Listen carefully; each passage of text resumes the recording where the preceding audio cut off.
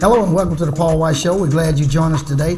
Today I do have a guest and we're going to be discussing some city issues, okay? So I don't want you to go nowhere. Don't touch that television dial. You might even call a friend so they can find out what's going on in Wichita, especially in the district I'm going to tell you about later. Stay tuned. We'll be right back after the break.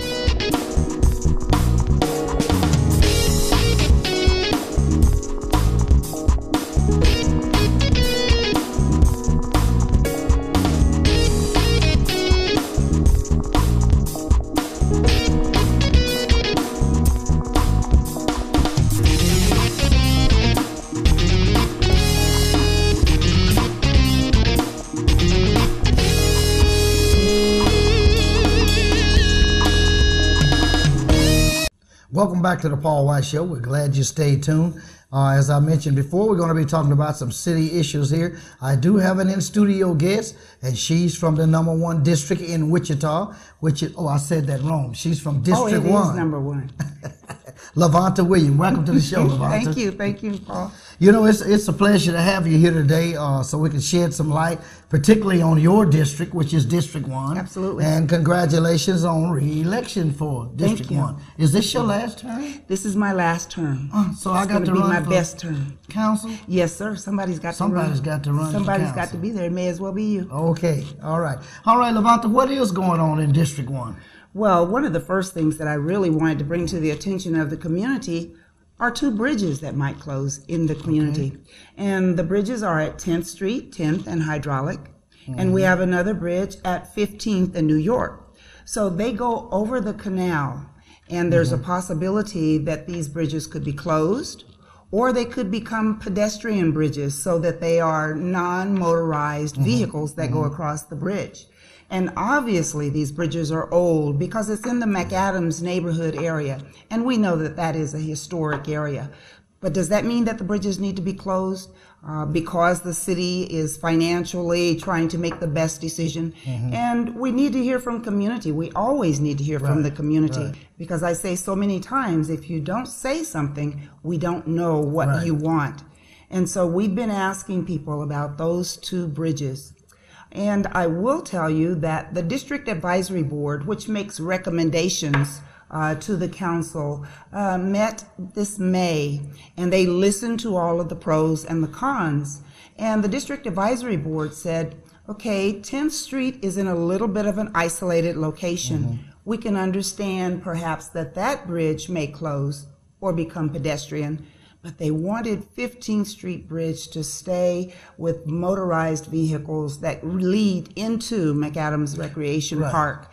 And so they wanted that type of a procedure to be looked at. But I want to know from community, what does the community think? What do they want to do? What are their ideas on closing the park? So if you have some ideas, don't hesitate to give me a call. I'd love to know. Right, so if they close the 15th Street Bridge, which would be a little more important than the 10th Street Bridge, like you said, that bridge does lead directly into McAdams Park. So if they close that, the only other entrance to McAdams Park would be off of 13? Off of 13. Or off of 17. Or off of 17. Right, and that's on, is that Ohio Street that runs? 17th, I think, in Ohio. That runs right by the park? Yeah. Absolutely. Right, Absolutely. So those would be the only 2 So those would be the only 2. out. And so if you think about it, I mean, we do have some pretty close areas to cross that canal. Right. And so even if the 10th Street is closed, you can go to 11th Street. Right there at 11th Street. That's an easy cross. Or you could go down to, there's the Murdoch part that you can cross over as well. So we have some other avenues, and 10th Street for me was a little bit more logical than the 15th Street. Because 15th Street leads right into the park.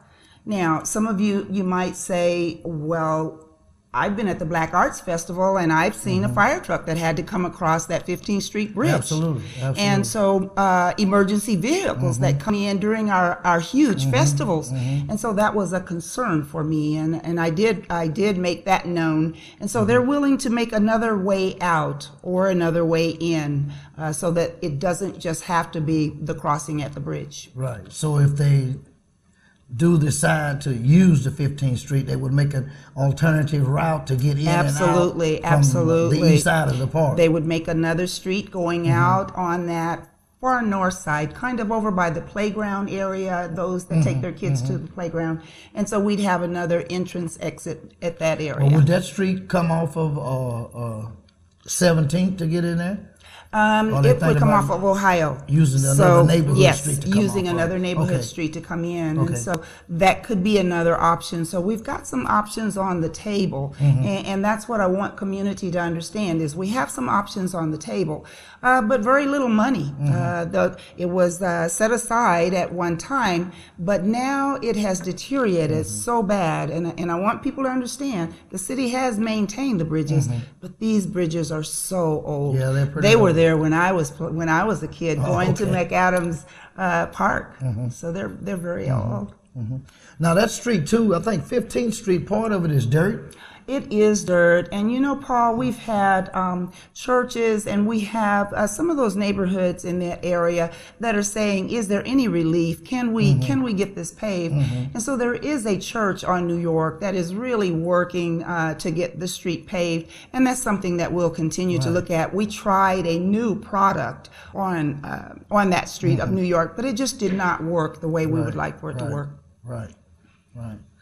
Okay, any other issues you got going on? Oh, now you are a gardener. I'm not going to use all of these because I am going to come back and talk to you on some other topics. Okay. But coming up, with you being a gardener and that outdoor person, you are going to understand the effect that a drought could have on you.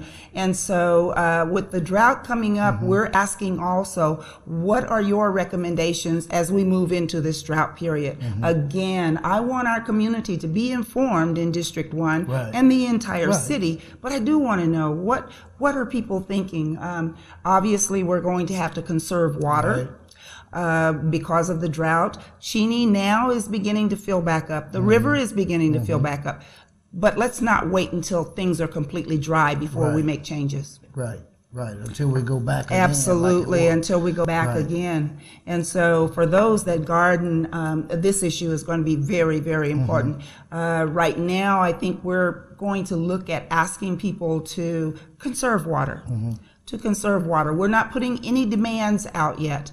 But don't be surprised if you do hear some conservation methods, whether you water every other day or cut back on your water running before you get into the shower. Some of the things that are going to be coming out. We're going to do some educational videos as well. And when it's raining, sprinkler system still running. You are so right. How many of you out there have seen sprinklers running when it's raining? That's a waste. And we're also looking at, can we use that rainwater to water parks or to water flowers and that type of thing? So we've got to look at ways in order to save the water that we have. If we don't cut back by 2015, Cheney and the city of Wichita could be low on water. All right, Lavonta, we're going to take a short commercial break, and we'll be right back. You're watching The Paul White Show.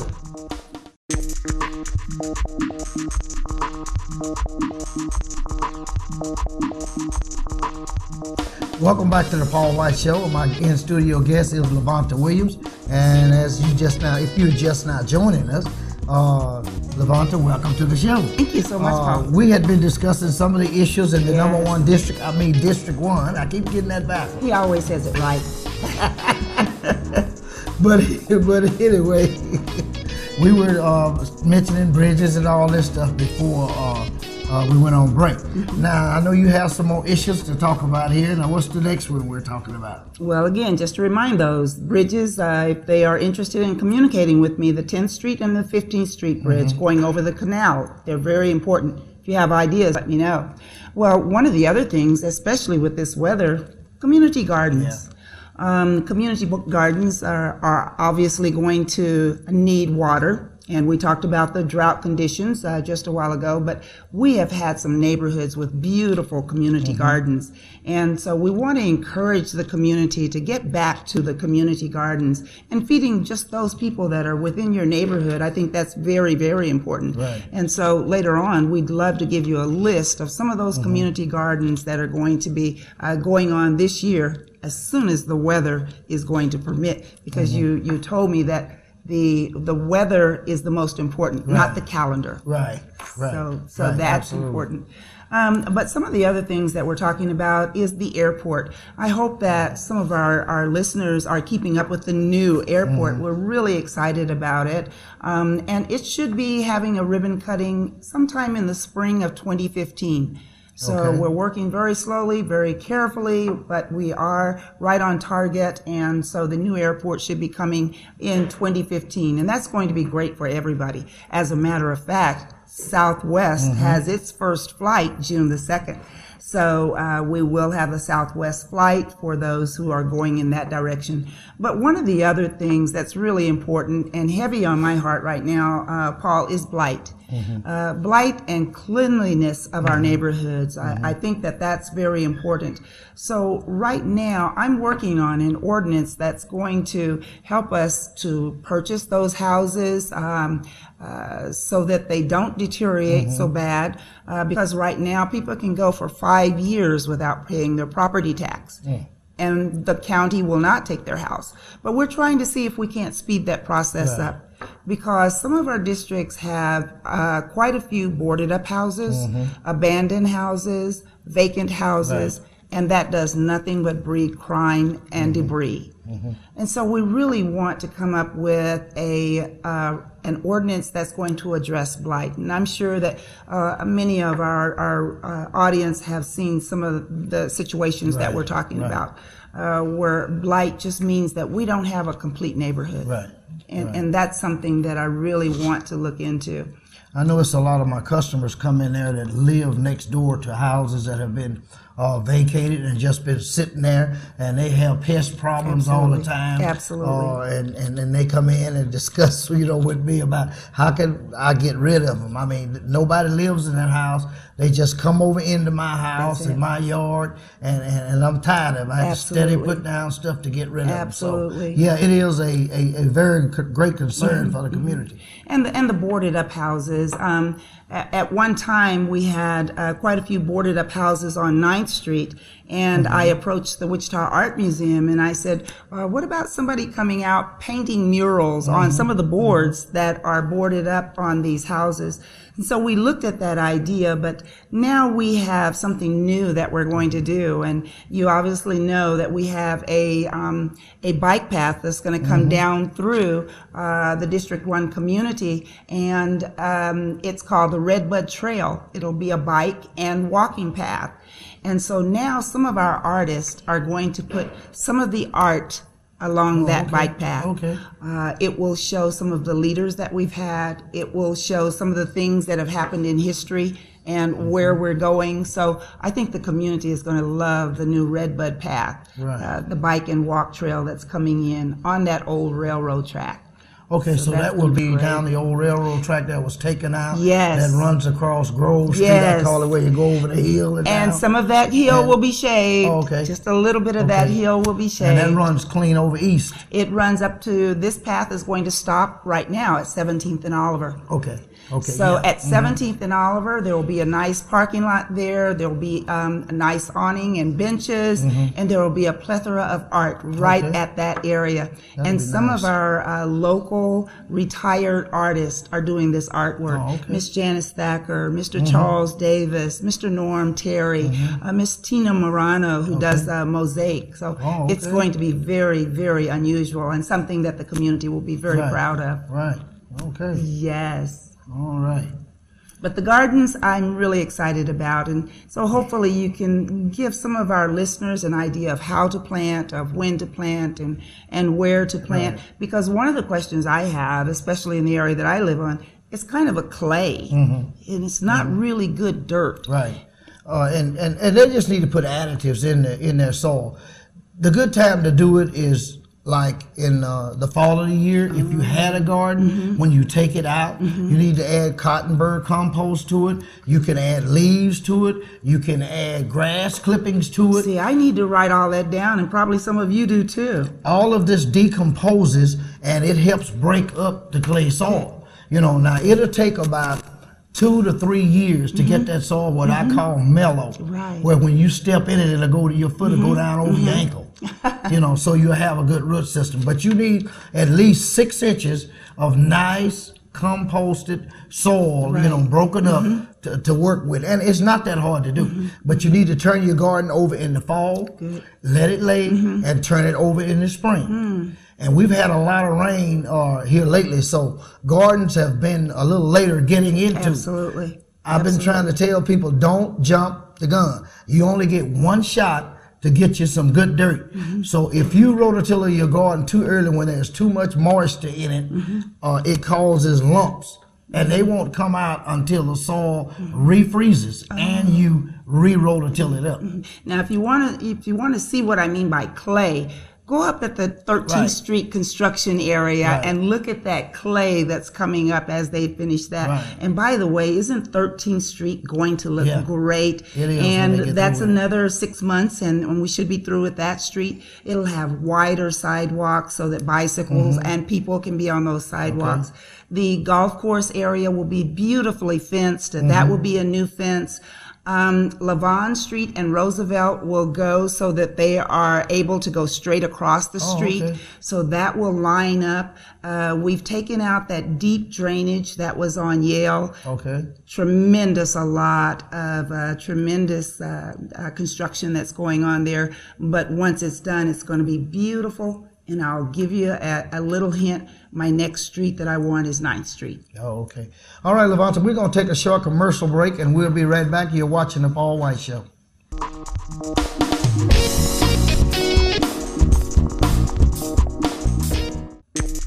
Welcome back to The Paul White Show. If you're just tuning in, you probably just missed one of the most important guests I've had on the show, and that is Councilwoman Lavonta Williams from the 1 District, District 1. Here in Wichita, and we did a lot of issues. Lavonta, thank you for coming on today, and I hope to have you back next month. We'll have to set a date in your agenda so you can keep us up on what's going on the whole summer. We can do that because there's so much going on, and I like to get that message out there. Okay. Thank you so much, Paul. Thank you. All right. I guess I'll keep talking about gardening. You know, we mentioned some of that before break. On gardening, how to get rid of some of that clay soil. You know, the east side of town is basically nothing but clay. You know, you very seldom find a sandy loam garden on the east side of town. But there are some good gardens there. There are ways that you can garden on the east side. And I mentioned composting, putting in leaves, grass, and all of that on in your garden. But you need to do it twice a year. You can't just do it in the fall or to wait till the spring. It's time to plant and do it. You need to do it in the fall and the spring is where you need to do it in, okay? So let me tell you some of the things that you can plant right now in your garden. Basically, mostly you can plant everything. Temperatures are now in the mid-80s, but you have to watch it. Some of them will probably still be a little slow catching hold, but you can put them in because we're not at freezing anymore. The average temperature now is 84, 85 degrees, but the soil temperature is still in the 50s. But I'm sure that's going to change pretty rapidly if we stay in the 80s, okay? So basically, you put in most of your stuff in your garden. You can plant snap beans, lima beans, cucumbers. You can also plant eggplants now, melons, lettuce. You can still get some lettuce. Peppers, okra, pumpkins. It's still not too late to put in onions, sweet corn, squash, and tomatoes. So basically, you can put your whole garden in, one shot. We usually put a few stuff in the spring and then go back when the soil temperature warm up and put the rest of them in, but Mother Nature decided not to let us do that this year. So you can put all of that in your garden. Here's another tip that I've been giving you too. Lavonta, my previous guest, mentioned about the water, and right now they don't have any rationing. They haven't cut your usage down now, but kind coming in the pipe, I'm sure we get it another real dry, hot summer that they're going to start the rationing. Now, when you plant your plants in your garden, we get a habit of watering too much, overwatering a garden, okay? What you do is when you plant your plants, don't start watering them, overwatering them right there. That's just like you start something and you water it every single day, and then all of a sudden the water bill might go up, or for whatever reason it's too hot or whatever, you slack off from watering them. Well, that stresses your plant out when you do that. So don't start off trying to water them every day. The plant will tell you, basically, if you notice your garden, when it needs a drink of water. Okay, you don't necessarily have to water everything every day. So if you start out like that, your plants get stressed out when you start restricting your water, and then your fruit don't turn out right, or your vegetables don't turn out right. That sort of change the taste and even the flavor of some of the vegetables because they're used to all of that water, okay? So you want to do that. You know, you can wean anything. How you started out, you have to keep it up. So don't start what you can't finish, all right? And that will also conserve water, and you'll still get good, healthy plants, and they'll still bear good edible fruit or leafage on it. So they are trying right now, I'm sure studies are going on at K-State, trying to develop more drought-tolerant vegetables due to the fact of the water rationing, you know, especially here in Wichita and probably the state of Kansas. So try that on your garden, not overwatering, and see how that works out, okay? Fishing, let me hit fishing a little bit. The weather's changed, crappie are running, people are catching fish left and right. I can't keep minnows in my shop, seem like, because of the fish. And that's good, because they're biting. We've had good rainfalls. Most of the places are filling up. As we mentioned earlier, Cheney is coming up, but we still need a lot of water in Cheney. But most of the local lakes, farm ponds, and all of those type of watering holes, I call them, are full right now. They are full. So the ground is kind of saturated. So any rain we get now is an additional plus because we're getting runoff. And that's how a lot of them fill up, is with the runoff water. So that's a good thing.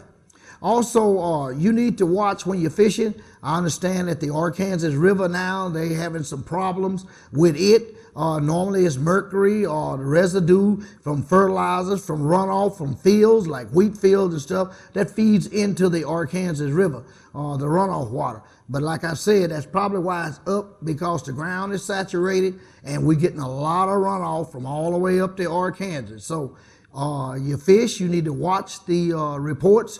They already got it rationed out. If you would look in the fishing guide, it tells you how much fish you can consume per ounce, per day, per week out of the Arkansas River. So I advise you to make sure that you adhere to those rules, because you don't want to get oversaturated with mercury. Like I said, take a kid fishing. Now they are catching fish. Holidays coming up. Get out the house on the weekend, get them off of those games, take them fishing, learn them some outdoors. Thank you for watching the Paul White Show this week, and we'll see you next week.